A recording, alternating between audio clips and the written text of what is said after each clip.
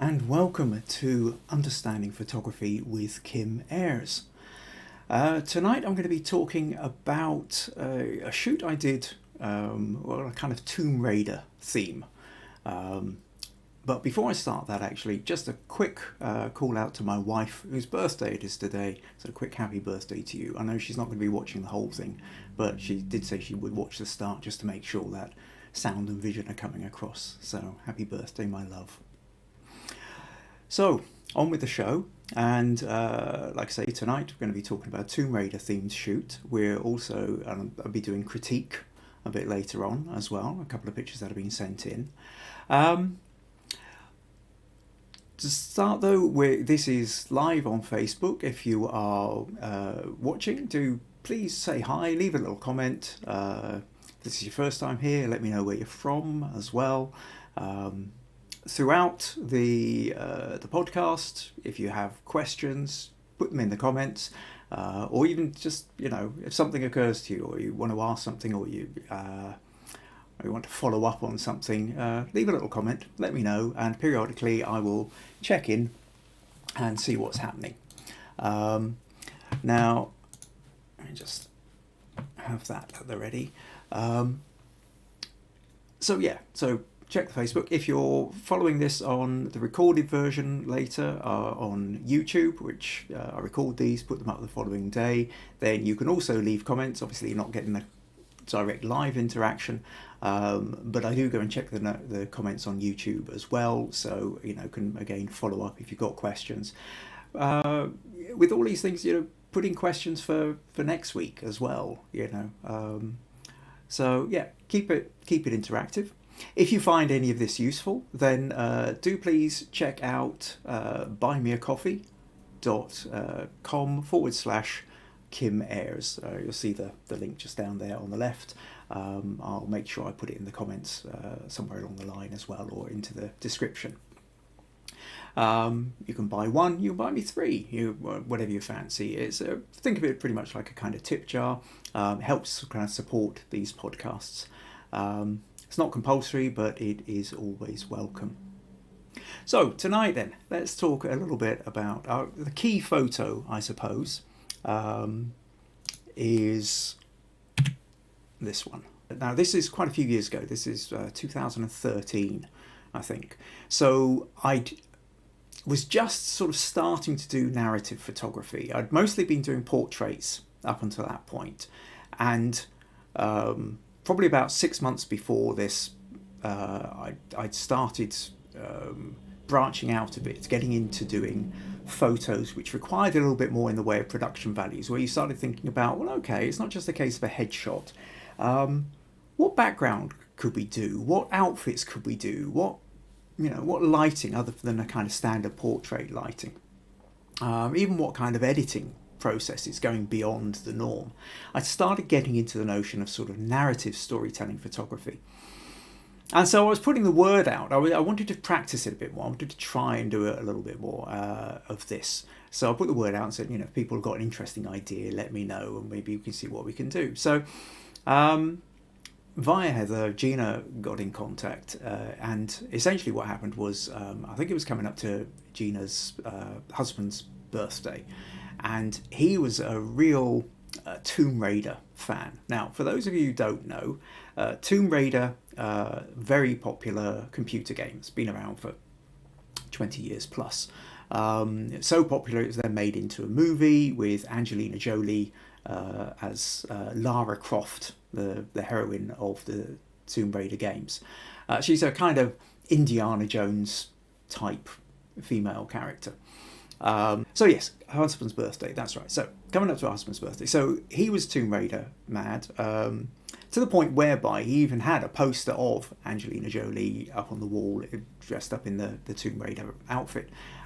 So as a kind of, as a birthday treat, birthday present, what Gina decided she wanted to do was take a photo of her dressed up as Lara Croft, and then she was going to swap the poster on the wall as a birthday present. So that all sounded like quite a bit of fun. Now, one of the things about this part of Scotland this corner. I live in southwest Scotland, and this particular area where I live, a small town called Castle Douglas. But within a 30-mile radius of Castle Douglas, there is pretty much almost every kind of landscape imaginable. There are a couple of exceptions, but by and large, we've got so beaches. You've got sandy beaches, you've got rocky beaches, you've got cliffs. You've got arable land, you've got farming land, you've got towns, urban village, you've got mountains, lochs, forests, waterfalls, standing stones, ruined castles, all within 30 miles of where I live. So if you're trying to create a scene, it's not too difficult to find something which you can use. However, when we come to the likes of Lara Croft and Tomb Raider, a lot of these are set in sort of South American jungles, deep in the tombs and Aztec pyramids and things like that. And you don't get a lot of jungle in this corner of Scotland, it does have to be said, nor Aztec pyramids either. However, having said that, the realisation was that if we did a shoot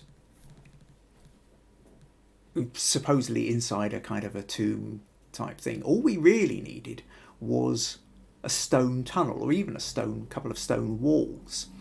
And what we do have here in Scotland is ruined castles. So we thought, okay, well, what about if we could find a kind of an old sort of cellar or tunnel or something in an old castle, and then you have a flaming torch, and then the torchlight would sort of be reflecting off the walls, and that could all be quite fun. In the meantime, Gina set about making a costume. She got a couple of toy guns. I think they were bright blue, which she painted black, and she made up her outfit and the likes. So we went on a little trek, or rather, I was sort of doing some research to sort of try and find somewhere. I looked various places around, and there's one place, Kenmure Castle, which is now this is near New Galloway, and essentially it's a ruin. Now it looks like some grand Victorian house, but essentially it's been built on over the years. The first part of the fact that you can sort of kind of see here, it's on a mound. So I think going back centuries and centuries, Motte and Bailey castles, originally this was a mound and it would have had a wooden fort on the top, and then as time went on, early medieval times, stone towers were built. And then as time moved on again, it got extended out and extended out. And so there were actually a whole load of different architectural levels built up on this house, spanning centuries. So while some of it was maybe probably less than 150 years old, other parts of it would have gone back maybe nearly 1,000 years, certainly several hundred. At some point, and I don't know the exact history of this place, but at some point, probably a few decades ago, there was some big fire and the roof burned down and what have you. So all you can see here is a kind of a ruin. So moving a bit closer here. Now, this obviously looks, we've got bits, kind of slightly more modern building here. But if you look over here, what we've got is buttresses that are definitely much more kind of medieval, really, or early medieval, holding up part of the original wall. And then if we flip forward again, here's looking inside of the ruins. Now we can see down here, you start to see the thickness of the wall, and you see the way the stones are put. It's a much older part of the castle, whereas above it we've got brickwork. So you could sort of see all this kind of thing going on. And then now, whilst the building has sort of collapsed and the roof had come off and there were all sorts of bits and pieces, there was a little tunnel down under the cellars, which were part of the original castle, and as such were built to be damn near indestructible. And despite the fact that half the building had fallen on top of it, these were still absolutely solid. And if you look into here, this was our little stretch.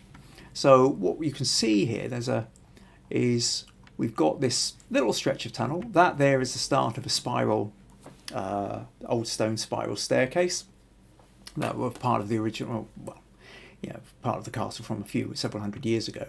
And even though it's solid stone, you can even see where it was worn down over centuries of people walking up and down these stairs. Inside these little doorways were into kind of cellar areas, all arched roofs, and we've got these little sort of window slots here, just sort of letting in a bit of light. So we figured that this would probably be a good place to do the shoot. Of course, the next problem was, it's all very well, you see people, and they grab these torches and flames are coming up and they head off through these tunnels and dungeons and what have you. But how do you make one of these? And that, so that was going to be a kind of fun thing to work out. Now, before I tell you how we make, before I made one of the flaming torches, I'll just pop over to Facebook and see if we've got any comments. Oh, Maggie, thanks, Kim. Hope it all goes well. Thank you, my love. Charles, greetings from Doha. Oh, yeah, you certainly got there. And Charles is wishing Maggie happy birthday. Oh, and Pat's wishing Maggie happy birthday. Oh, I do get a hike in from Pat. Hi, Pat. Glad you could make it along to this one. Okay, that's great. I know I'm not alone. This is brilliant. So as you can see, what she's got then is a stick with flame coming off. I had no idea. I mean, you see them in the movies, but we're going to need props. How are you going to make them? Oh, a simple answer is you go to YouTube and you spend half a morning on YouTube watching various things and ways of doing it. So for those who are interested, I'm not going to physically demonstrate. There are other places on YouTube you can find that. But for those who have a curiosity but don't really fancy running off and actually trying it out, a simple fact is what you did was we got a t-shirt or half a t-shirt, bit of old cloth, and then got a saucepan, melted a little bit of wax in it, and then dipped the t-shirt into the wax and kind of soaked it. And then what you do is you wrap it around the stick. Now, importantly here, actually, one of the little tricks you find, or one of the things you realise where it hadn't quite worked was you need to leave patches of the shirt which don't have wax on, because it's a bit like, have you ever tried lighting a candle when the wick is covered in wax? It doesn't light straight away. The wax has got to melt off before you've got to the wick to light.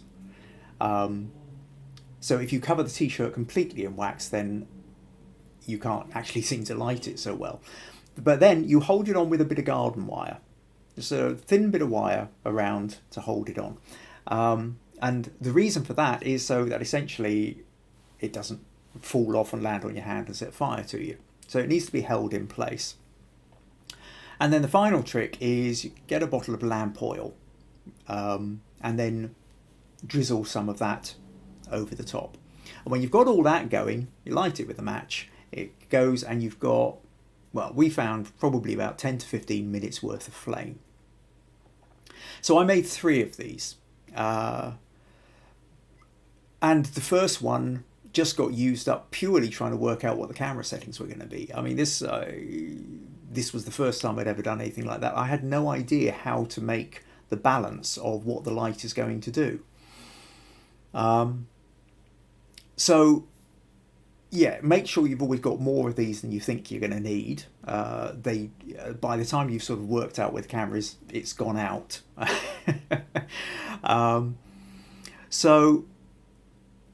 And then once we got the hang of that, then we sort of set about trying to do a couple of shots. So another couple of examples. This was sort of ended up as being one of the kind of key major shots of it. Another version was this. Now, what you might be able to see here is she's also sort of slightly lit up from behind as well, because what I did was I wanted to have a flash behind her, because then what? If any of you who watched my backlighting talk a few weeks ago, then you'll know that having a light behind helps separate you out from the background. And here we can see that she's got a sort of little bit of halo around the hair and a bit on the shoulder there, and what that did, and you can see it stops her completely blending into the walls behind. Another shot. Now this one, with this one, I actually had the off-camera flash was sitting just into one of those cellar rooms, and it was sort of coming out. So it's just kind of catching the back of her. What I didn't have was any light in the front, so the only light that's lighting her up on this one is the torch. So this was actually, it's a slightly sort of failed photo, rescued again. It's fine for web levels, but wouldn't really work at print level. But actually, just to sort of show you another, this was a kind of behind the, before we sort of got set up. You can see here Gina is there, and that's the tunnel we're using. Just here we've got the flash. You know, I'm setting up ready to go, trying to work out where to place it. But that's the kind of ambient light level. But I've got a really high ISO on this, so you see you don't have to move in very far, and it gets very noisy. So yeah, I think, well, yeah, one of the things I did find though was that when the torch sort of burnt out, we then ended up with quite a bit of smoke, and this was my first experience of realizing that light coming through smoke became a little bit interesting when I did this shot. So here I'm actually now inside one of those sort of cellar rooms. We've got that hallway, that tunnel running along behind her, and I've got the flash tucked around just the other side of her, and then I'm using another off-camera flash, obviously, as a key light, lighting her up. Now, it has to be said, there was on the one hand, Gina's trying to look serious. On the other hand, she's sort of, with this one, if she's looking a little bit kind of fed up and trying to hide it, if you're getting that kind of vibe, is because she was. It has to be said here that this photo was taken in April in Scotland, and April in Scotland can either be beautiful or it can be cold, wet and miserable, and it was cold, wet and miserable. Now, one of the things that so if you look here, you'll see these drips. Now it could be, if she was in a tropical jungle, this could be sweat dripping off her with all the heat. It isn't sweat, it is cold, freezing cold drips coming down through the stonework. And beforehand, in between shots, she's got a thick fleece on, and then to do that, every time we have sort of got the photo ready, she took the fleece off, and for me to take the photos. And unfortunately, I have an awful lot of photos from this set of Gina just looking really, when is this going to be over? I mean, she was absolutely brilliant, and we got some really lovely shots. But oh God, she was put through it, suffering for her art. It was cold, wet and miserable, but she was determined to get the photos, and it was she was absolutely brilliant about it. Just to show you one of the kind of the key photo that she wanted. This was there's a photo of Angelina Jolie dressed as Lara Croft. I mean, that was very much a studio shot with a kind of plain grey background, but Angelina Jolie's in this pose. If you type in Angelina Jolie into but actually, I did grab a quick. Yeah, yes, I did. That's the one that was done as a poster, and this was our version. And Gina did, as good to her word, she got it printed up. She got it as to full poster size. Swapped the poster. Waited on his birthday. Waited for her husband to sort of walk past and notice, and he didn't. So I think he walked past 2 or 3 times. So eventually she sort of stood next to the poster, and as he walked past, she sort of coughed, and then he turned around and looked, and then noticed it next to her. So my understanding is it went down a storm. It was because but I suppose part of the idea was that it wasn't just this picture. Was what she did was we gathered up other photos, a collection. We made a small booklet of the rest of these photos. And I think for me, this was one of the first shoots I did where it was more than just the one shot. Nearly, when you're doing portraits, generally speaking, you're after an image, or maybe 2 or 3 variations on the same theme. And certainly when I was sort of in my earlier days of photography, that's where it was. The idea of then trying to create several photos, of different angles and sort of creating a collection. This was one of the first shoots I ever did that was like that. It was an incredible learning experience. And it's been really interesting revisiting these photos. Because now I look at them and I know how I would do them differently. I mean, I can look at this one, and at the time I remember being so wonderfully pleased with it. Now I look at it and it's cropped in to there should be more body underneath. And unfortunately, when I took the original photo, that I cropped the top because the top was quite high, but the bottom didn't go any lower, and I should have stood back a bit more, taken more. I would know what to do with the light much better now. I think certainly at this point I had no idea about the notion of coloured gels that I was sort of discussing last week. So at some point, I mean, I don't know whether I'll revisit the castle. It will all depend whether there's a need to. But I have a huge fondness for these photos because it was really the first time that I was doing a real narrative shoot away from the studio. This was really out on location, wrapped up with several layers against a cold, wet, dreich Scottish late winter, early spring day. Didn't feel like spring at all. It did still very much feel like deep winter. And yeah, Gina was fantastic with it. So that's what I wanted to. Just thought it was a fun shoot, and I suppose the lesson to come out of it is really go out there and do it. When I did these photos, I hadn't got a clue what I was doing.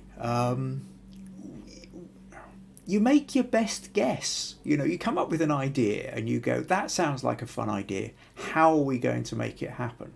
Well, we're going to need an outfit. That's fine. Gina already knows what she's doing. She makes the outfits. We're going to need a place. So you go out and you do recce's and you ask friends. And this particular place I'd never heard of. And it's not one of these you just drive past on the road. It's as you're driving past, you've got to know exactly where to stop or what path you've got to go down. And it's not obvious until you've walked several hundred yards down a muddy track before you actually see it and even know that it's there. And but so somebody else told me about this place, but you ask, you find out. And then the whole flaming torch thing. How do you make a flaming torch? Well, you watch YouTube and then rip up an old t-shirt. And I think it's that notion that this became a shoot which brought home to me the idea that pretty much anything is possible when it comes to photography. Photography is, for me, it's like the ultimate dressing up box. You can tell any story you want. And we're used to it with the idea of film and TV. We don't hesitate to, we know people build sets and they get period costumes or make fantasy costumes and they're acting a role. And we're fine with the idea of stills from those movies, captured moments. But we can create these with our own photos. All it takes is setting it up and then going for it and trying and exploring. And a lot of the photos won't work, but some of them will. And whatever happens, especially with the photos that don't work, you learn. You learn so much in the process, and all that experience then goes into the next shoot, and all that goes into the next shoot, and the next shoot, and the next shoot. But for me, it's a huge amount of fun. So, but yes, also, you know, make sure you take along warm flasks of coffee as well with you. Okay, let's flick back, see if we have any more Facebook. Oh, Sheila's here. Great. Hi, Sheila. Hi, Kim. Made it. Just finished a Zoom meeting. Technology 2 minutes ago. Wow. Okay. Well, thank you very much for tuning in then, Sheila. Okay. Let's move on to the critique section now. So the idea for anybody who's tuning in for the first time here with critique is that there's an option to put your images. If join the Facebook group, there's a Facebook group called Understanding Photography with Kim Ayres. Just type that into Facebook search, you'll find it. If you join that, and then you can submit your own images. If you've got a photo that you feel, or set of photos that you feel you're kind of a bit stuck with, if you've got a particular, I mean, we've all got them. We've got our own blind spots. We've got things where we think this photo's okay, but nobody else seems to respond to it. We don't really know why. Or we've got a photo where we know something, we ought to have been able to get something more of it. We had this fantastic experience. We were there, we could feel it, and somehow the photo doesn't represent it. And so we all have places, wherever it is, that we get stuck. So the idea of the critique section is put it in the Facebook group, and then I'll take a look at the following podcast, and give you as much feedback as I can, and hopefully kind of get you past the blind spot to move your photography on a bit. We've all got the cameras. We all want to improve our photography. It's very difficult to do on our own, but getting good feedback can make a real difference. So that's why I decided to set up this section into the podcasts. Right, and again, and if you find this useful, do consider buymeacoffee.com/Kim Ayres. So let's, where are we going to start? I think we will start, we'll start with VG's one here. So I'll just get Photoshop open while we get, and I find the text. No, not that one. This one, right? Okay. So, hold on. Let's close all these down, and let's just drag this one into here. So VG says, this photo was taken close to a home. I thought I would be getting a brilliant shot as I looked up, saw so many crucifixes and the aeroplane, but the photograph remained a disappointment. So I only see flaws in here every time I look at it. Is there any way to make the photograph better so it doesn't hurt my eyes? Gosh, so it doesn't hurt your eyes. That's a real... Okay, there's a handful of things here. The first is, I really know that feeling that there we are, you know, you see everything seems to come together, you're seeing it, you pull out the camera, you take the photo, and the photo just doesn't seem to reflect what you saw at all. Now, sometimes it's not reflecting your experience, because your experience is also the sounds, the smells, the colours, there's this... the feel of the breeze on your face, or somebody shouting in the distance, the sound of the aeroplane going above. There's a whole bunch of different things going on, which aren't translated into a two-dimensional image. But even the notion of movement, you've got the plane coming across, and you'll go, whoa, maybe I can get that plane in, and you manage to take the photo and the plane is still in sight, but somehow it doesn't come together. Now, really, there are several different things going on here. First of all, your eyes are taking in much more than what the camera is doing. The camera is only taking, now even if you've got a wide angle lens, it's maybe taking a lot. If you've got a zoom lens, your field of view, your vision isn't as wide as what your eyes are taking in. So you're standing at the base of this church looking up, and you're getting the full sense of height and the imposing sense of the building. But we can see here that in terms of your picture, that is cropped at the bottom here, that, you're already halfway up the building before you start. And so therefore we've lost, or immediately lost, part of the sense of the height of the building. Another problem we've got, which is the fact that we've got this post running up on the right hand side of it.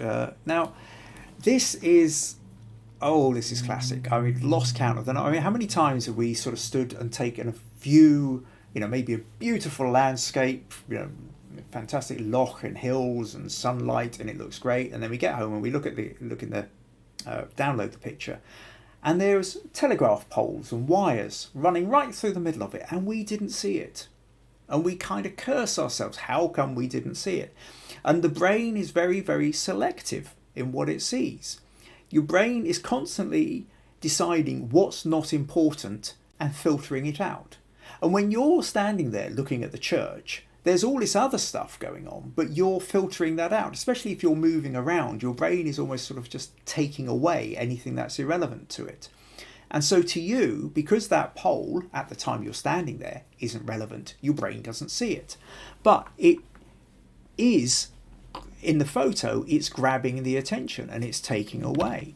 So, I mean, on an immediate level, I'll just use the little patch tool here, and very quickly we'll take that out. Take out this line running down here. Now, it's not going to do very well because we've got a building running through the middle of it. I'm not going to try and fix this photo for you. All I'm trying to do here is give you a rough sense of what it would be like if you hadn't included it. So you can see immediately, if you take that pole, I'm not sure what this one is either. I think I'll just remove that just in case. But you can immediately see that changes it. That gives you a bit more breathing space to play with it. And then the plane is,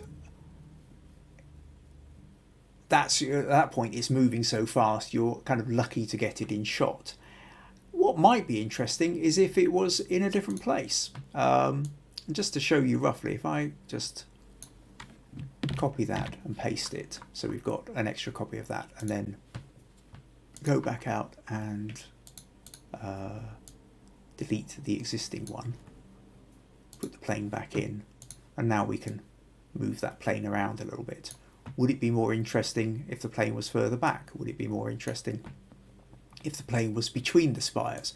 Would it be more interesting if the plane was past it over there? Actually, if I just go to darken, that will just take out the background.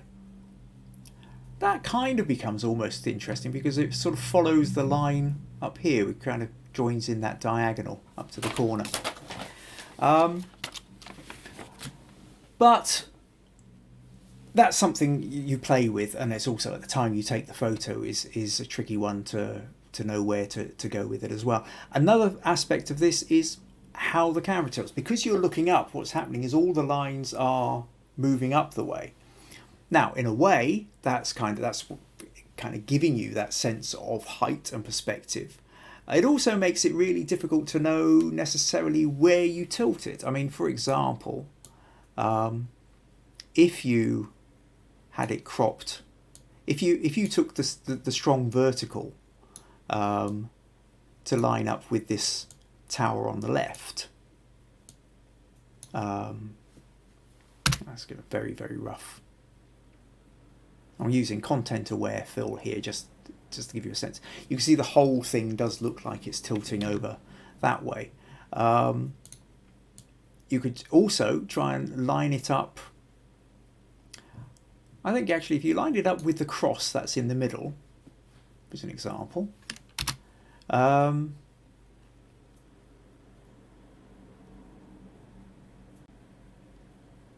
that gives you a slightly different sense as well. And I think maybe with a sort of stronger vertical coming up here, maybe anchors it slightly better. It's a tricky one. It's one of those you've got to kind of play with. I think the third thing really here is the fact that it's in black and white. Now, black and white conversions, if you go back to, I can't remember, episode 5, 6, 7, something like that, I did a whole section on different ways of converting to black and white. And depending on what it is you're photographing and or the aim of what you're trying to achieve with the photos can make an influence on how you convert it to black and white. What's happened here is the sky, you've got clouds, I can see clouds up here, but this kind of, because the way it's sort of greyed everything out, there's not a lot of difference between what's probably blue sky here and what's white cloud there. So there's quite a lot of texture which has just sort of gone, and it's all become a kind of just muted neutral grey, and a lot of this doesn't really stand out that much against it. I can imagine that if you had a blue sky, now I don't know what colour the stonework was. If the stonework was a bright yellow or even a kind of soft sandstone yellow, standing against the blue sky, that would actually be really, that would make it stand out much more as well. Sometimes you convert to black and white because the lines are the strongest thing that you're trying to go for, but sometimes the black and white just kind of desaturates, saps the energy out of it. So you're always best off photographing it in colour first and then convert it to black and white. Although most cameras have a little black and white feature on them, you only really need to use that if you don't edit your photos. If, you know, for whatever reason you don't have a, you don't have an option at home to be able to edit your photos and you just want to have a quick black and white photo and you know what you're going for, fine, stick it in black and white.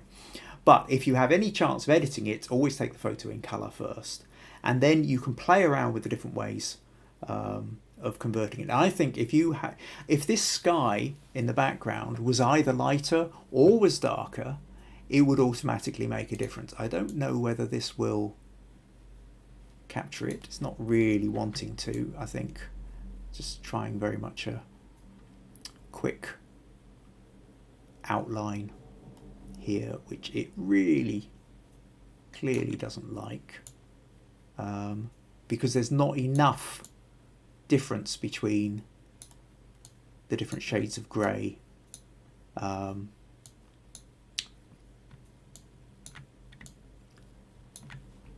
So if I, okay, let's copy paste that there, so we've just got a very rough outline sky, and then what I'll do, take curves and attach it just to that lower level.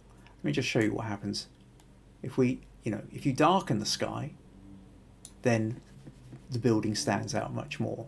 Alternatively, if you lighten the sky, the building stands out much more. So if it's a very pale sky, but maybe you darken down or you sort of darken the blues, created more texture, immediately then that church stands out much more. Just the sort of that brief black and white that you've done with it is just too neutral compared to the tones in the rest of it. So I hope that kind of gives you a starting point, VG, that the problem was sort of several different things. Part of it is where you're standing and the field of view. And if you had a wider angle camera, or you were standing further back and got more of it in shot, that would be useful. Of course, the problem you've then got is things like the pole getting in the way. But also, I think one of the key things is the black and white conversion in this, and I think a different way of doing it could maybe help with that. So I hope that helps. Now, another photo I got from VG was this one. Says, with regards to framing a photo, the sandcastle one, I saw girls picking shells. I wanted to photograph the sandcastle, the girl waiting for the waves. Then I wondered if the too many people distracts on the scene. The other side of the castle I missed too late to ponder upon. Okay, so what we have here then, we've got we've got a beach scene. We've got a sandcastle in the foreground. We've got a couple of girls picking shells. Got girl in the background about to go into the sea. A few other people standing around. The immediate thing that does strike me, which is exactly what you said, which is the other side of the sandcastle over on the right here is missing. And so the whole thing kind of feels slightly off balance. And the best way to show you that is if we take this, and again I'm going to do a kind of content aware crop. If I pull this out to the right here, and we bring this in here, because there's not a lot happening over on the left side of the picture, so I think we could bring that in closer. And then if I hit enter, now presumably the sandcastle would have gone straight and not filled in the same way that it does, but immediately I think that has a slightly better composition to it. We've got this nice long sweeping diagonal where the waves are coming in. As for whether there's too many people in the shot, I think, again, this is where what we can do is we can play around with the patch tool and just see, or the spot healing brush rather, and see what happens when you remove them. So if we take out these little people in the background, something like that, now what feeling do you get? Rather than it being a sort of semi-busy beach, it's now quite a deserted beach. It's changed the mood of it somewhat. If we take out the girl at the waves, now the whole photo becomes just about the two girls in the foreground and the picking of shells or whatever it is they're doing in the sand, and then the sandcastle in the right in the foreground. You assume that the two girls are definitely doing something. Maybe they're finding bits and pieces to stick on the sandcastle. You create the relation, because there's two strong elements. You've got the girls bent into the sand and you've got the sandcastle. You naturally make an association between the two of them. When you bring the girl in the background back in, that creates a sense of layers and depths, because without her, let's just remove her again, your eye goes, oh well, I know there's sea in the background. So essentially the end of the photo, the back of the photo, are these girls here, and the foreground is here. The minute we place the girl further back, your eye gets drawn more into the picture and into the distance. Interestingly, again, if we maybe remove this one and this one, and let's just take out the bag, now it becomes quite a different kind of photo again. Now what it feels like is a deserted, it's that people were at the beach and now everyone's gone home. You've got the remains of the sandcastle, but the girl paddling is obviously too far away to be associated really with it anymore. Or maybe you kind of get a feeling of, well, she was with the sandcastle and now she's sort of wandered off. And then if you just bring back the bag, then that feels like something's been left behind and they weren't tidying up after each other. And if you then remove her and leave the bag, then what we've got is a sense of deserted.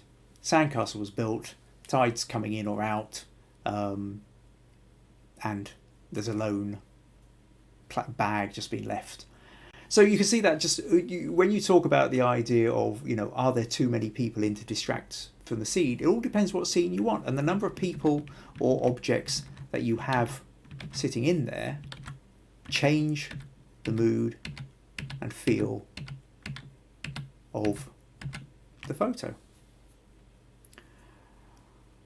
So you're asking the question, so that's a way to sort of hopefully that kind of gives you an insight. You see these things, and it comes back to one of the things I've talked quite a bit before, and I will talk quite a bit again about, because it's at the heart of all photography, which is the story.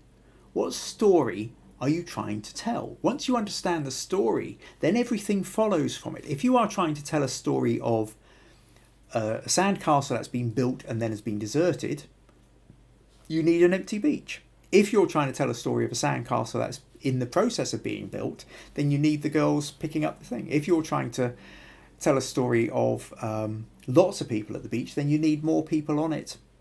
So each of the elements, the thing about any photograph is, as soon as you add an element into it, whether that's another person or an object, whether it's a sandcastle, a plastic bag, somebody in the distance, somebody in the foreground, you create a relationship.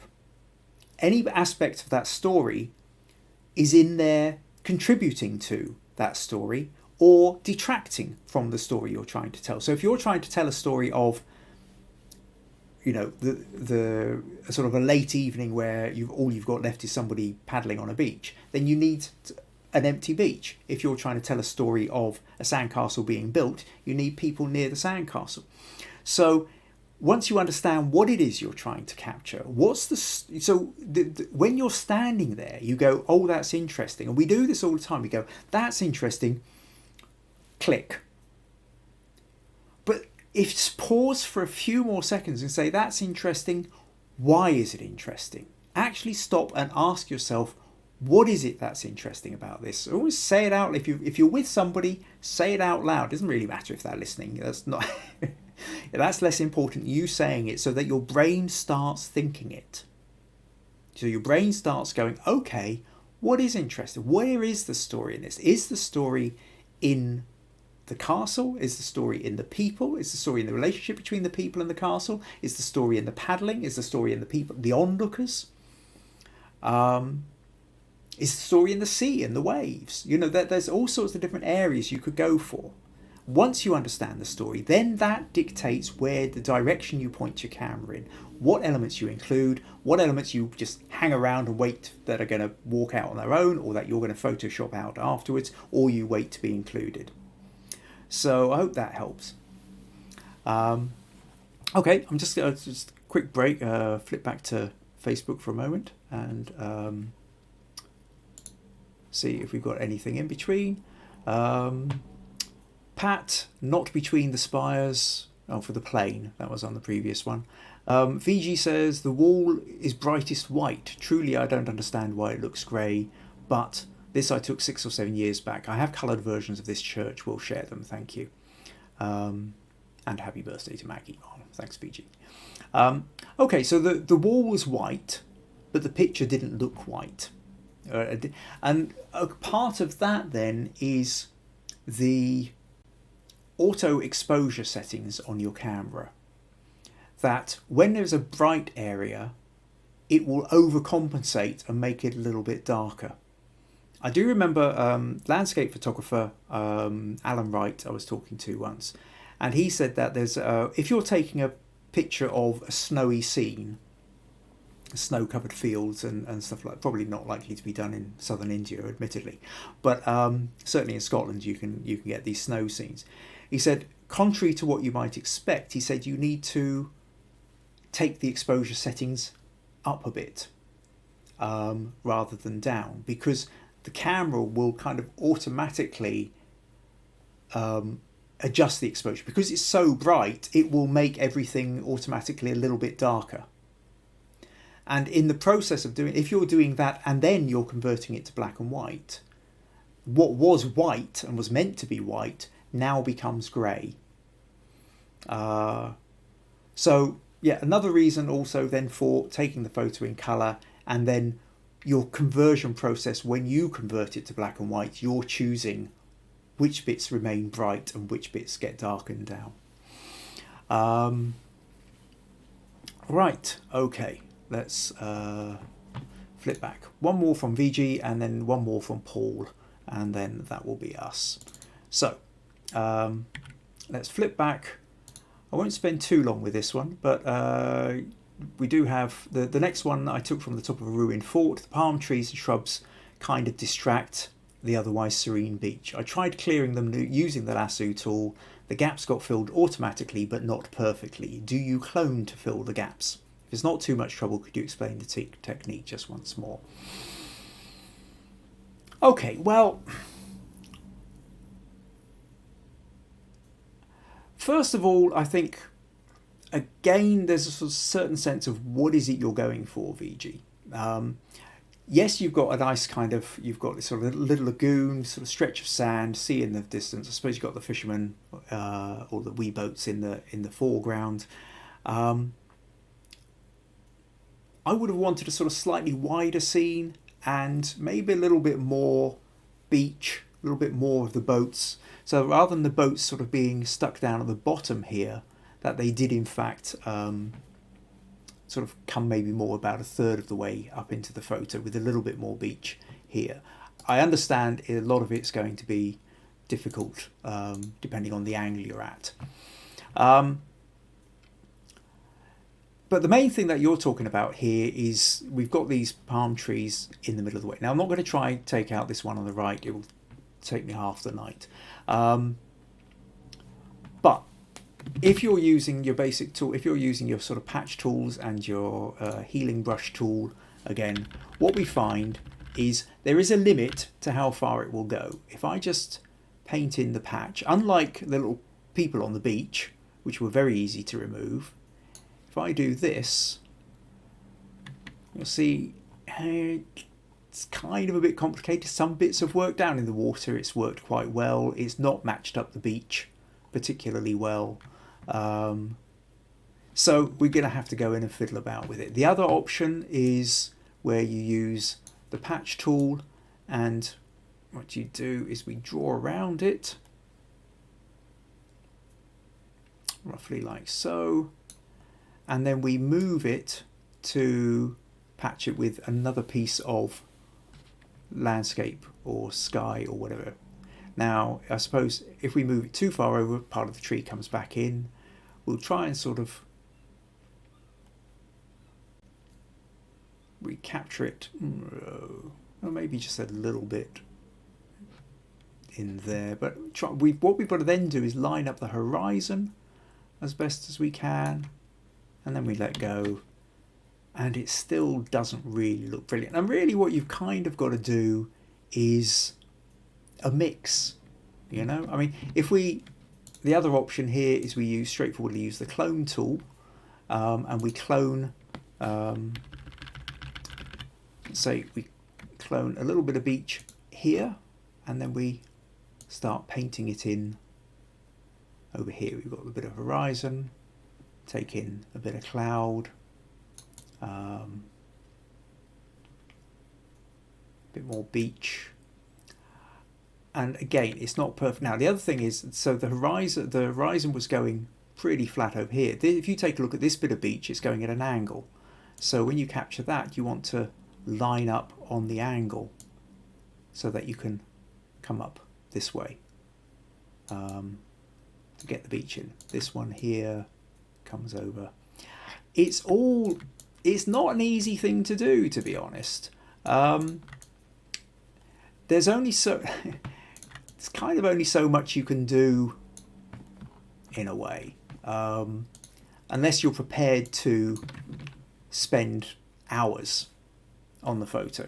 You know, like I say, some things clear up pretty, I mean, that cleared up pretty easy. Now we've got that, I can kind of start touching it up a bit. So what happens is you might have to switch between one tool and another.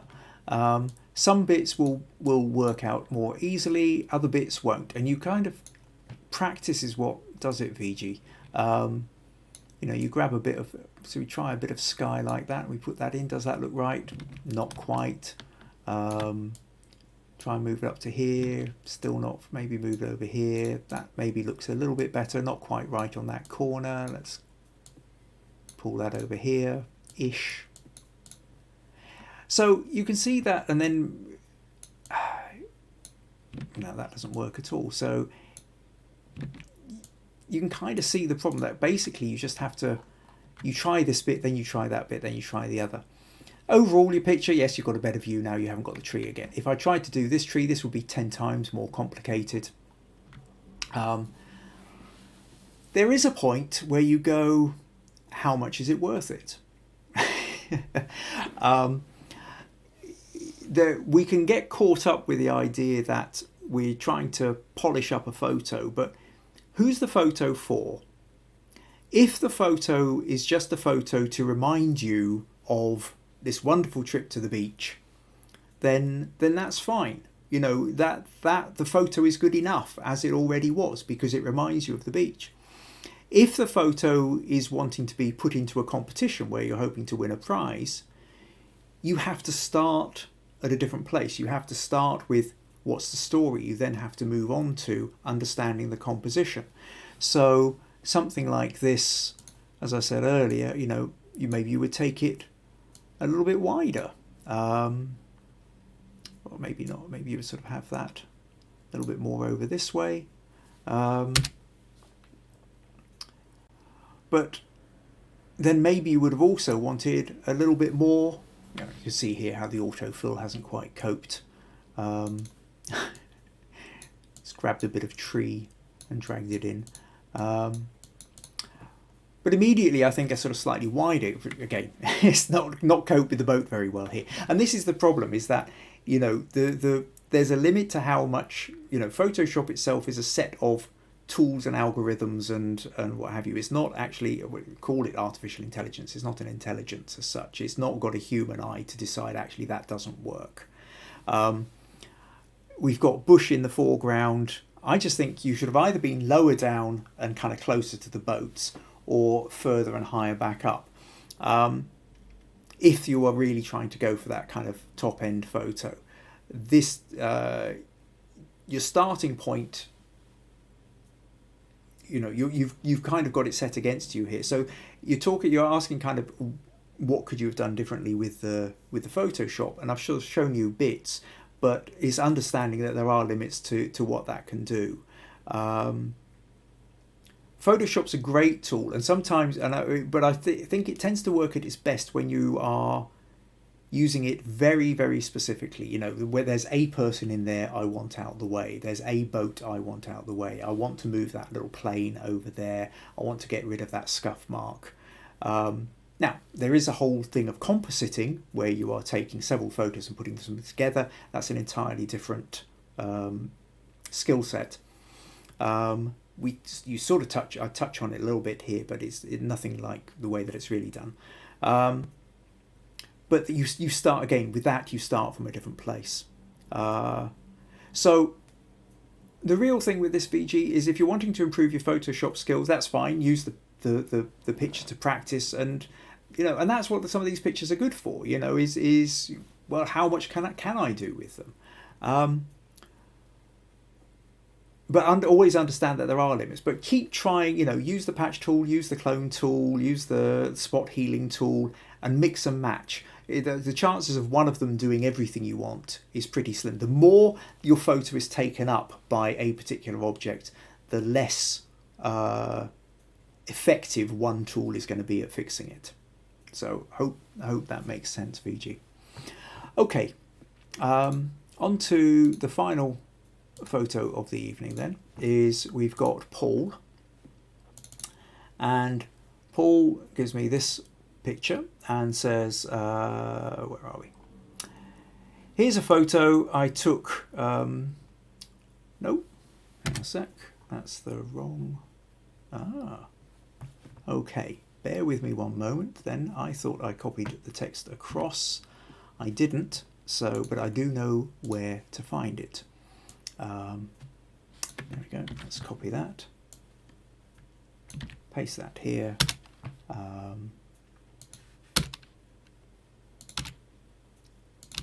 and do that, and then we can minimize that, flip back here, there we go. So Paul says, I was trying some street photography in Hong Kong and spotted these guys waiting at the traffic lights. What he's talking about is these guys on the left. I thought they looked a bit like an aspiring boy band, so he zoomed in, cropped them. So I took a quick shot. However, as you will see, my image was badly exposed and composed. I did my best with it, but wondered if there was anything else you could suggest. So what we've got here is he's taken an overall shot. He zoomed in and thought, these four guys, there's your crew. They know what they're doing. You know, these are the ones that. This is where the story is, and this is one of those cases where you kind of, he's part seen the story, or he's really seen the story after he's taken the photo, and then he's trying to do something more with it. So he zoomed in, and I can immediately see what we've got is the problem of. If you look here, you can see his forehead has been overexposed. Taking a quick shot, the camera's balanced for other things, but we've got a bright white patch here with his patches on this guy's face, on his nose. So when he's gone in to try and fix it,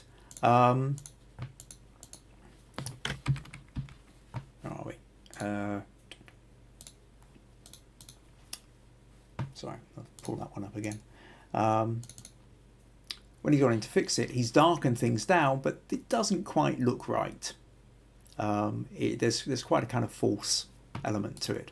So let's just open these up a moment and see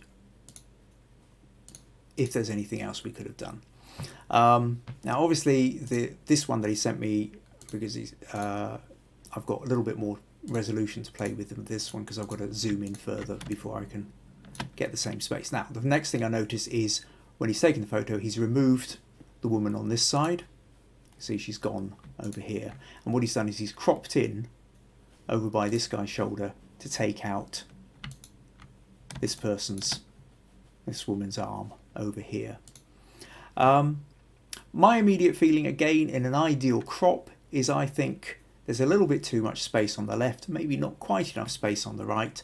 The way this kind of curves over with the shape of it, let's turn that into white so you can see what I'm doing, like that.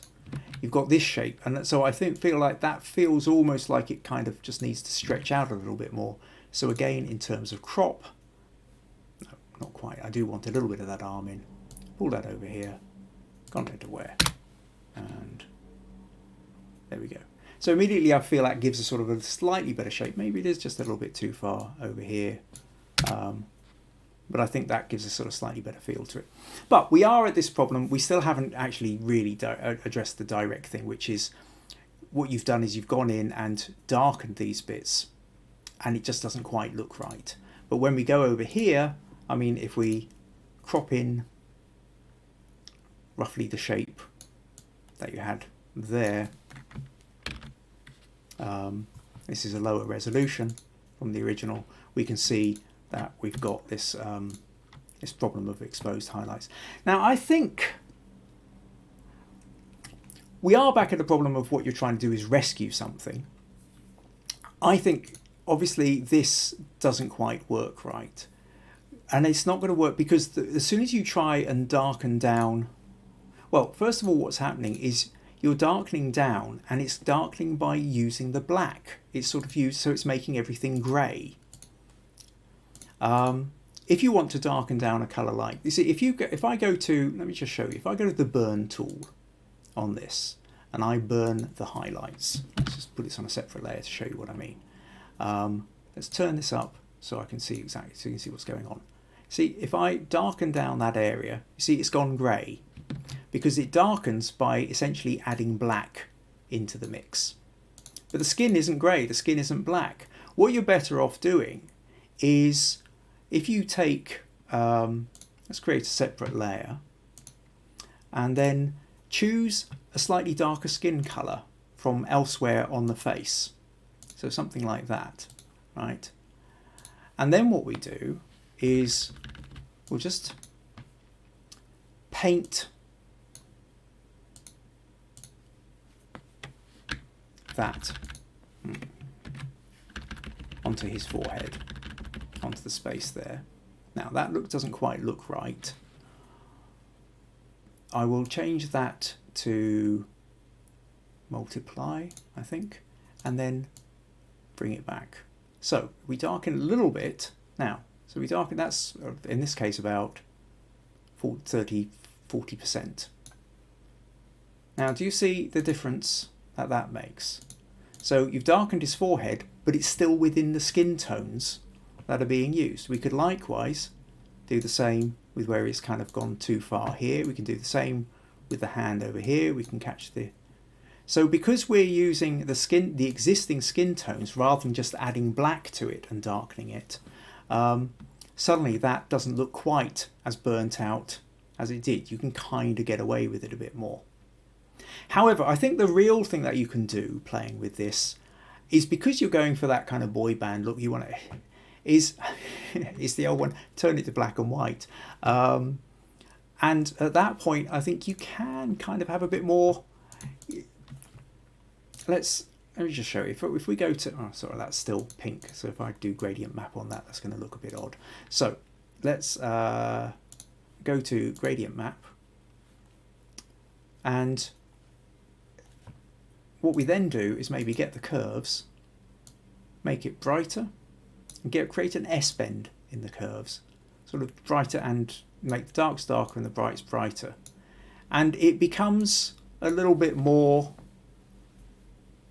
interesting. I think it's, you're moving into graphic design a bit, or you're starting to look more like the photos that appeared in music press magazines, where darks tended to be darker and brights tended to be brighter. Again, if we use this version of it, which you haven't before you've edited, again, if I do the gradient map, take the curves, pull that down a bit, push that up a bit. That's maybe not working quite so well, because these bits are already a bit too bright. You can kind of create that. Take it to a more extreme, and you end up with very kind of graphic design kind of elements like that, which kind of become a bit fun in their own right. But here, I think what we're playing with, sort of brighten that a little bit. Yeah. So I think if you're talking about kind of boy band cool, and these guys here have got attitude on their face, then kind of going a bit grungy black and white, I think that mood works better. And I think it certainly works better than trying to darken it using the traditional tools, which will just add black onto skin tones, which then just look a kind of dirty grey and don't really work. So that other trick of what I talked about, which was, if you are going to try and darken a brightened out patch on skin, pick a skin tone that's also elsewhere in the face that's being used. And you need to take it from the face that's being used, because we've all got sort of slightly yellowish or slightly reddish or slightly brownish, or there's all sorts of different skin tones. Not everybody's got the same. But if you pick one from elsewhere on the same face, it would usually match better if you then darken the bright patches with a version of that. So I hope that makes sense then, Paul. Let's flip back. Let's just do a last little look at see if we've got any final comments. I don't see any. So that pretty much brings us to the end of episode 16. Next week I'm going to be what have I note for myself? Money Eye manga. That's fun. That is there's a wee village in the hills of about 20-30 miles from here called Money Eye, and it's sometimes called Scotland's coolest village. It's a tiny place, but there's an awful lot of things going on. Lots of festivals go on, and for several years, or over the years, they've held various different comic festivals. And with some of these comic festivals, you get some really big name writers and artists who turn up to this tiny little village in the middle of nowhere. And a hairdresser friend of mine who I'd done a previous shoot with, he was living in Money Eye at the time, and we thought, well, actually, maybe we could do some photos that had that kind of comic book feel to it. So that's what we're going to be looking at next week. Meanwhile, I hope you've enjoyed this episode. If you've got any questions, comments, please leave them. Enter your photos for next week. If you feel like you've learned something from this and you fancy buying me a coffee, help support the podcasts, buymeacoffee.com/Kim Ayres. And I'll see you next week. Take care. Bye-bye.